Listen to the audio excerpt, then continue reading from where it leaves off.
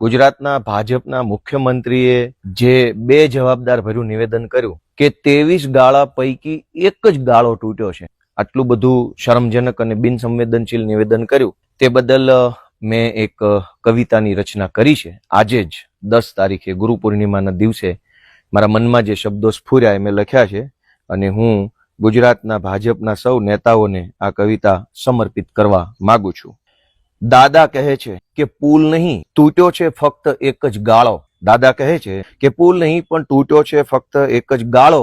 ભાજપની સત્તાને કોણ સમજાવે કે તૂટ્યો છે પરિવારનો આખો માળો. દાદા કહે છે કે પુલ નહીં પણ તૂટ્યો છે ફક્ત એક જ ગાળો. સત્તાને કોણ સમજાવે કે તૂટ્યો છે પરિવારનો આખો માળો. મોરબીથી લઈને ગંભીરા સુધી બ્રિજ તૂટે ને ઉગે છે દિવસ કાળો.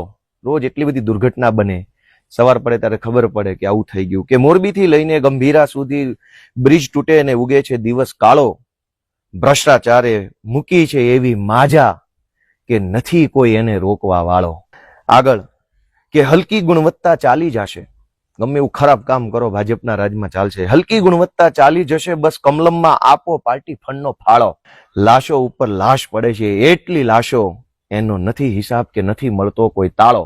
દોસ્તો, બધું તૂટે, ક્યાંક પેપર ફૂટે, ક્યાંક તૂટે કે તૂટે ફૂટે, પબ્લિક હૈયું કૂટે પણ કરે નહીં કોઈ દી કમળ કાઢવાનો ચાળો.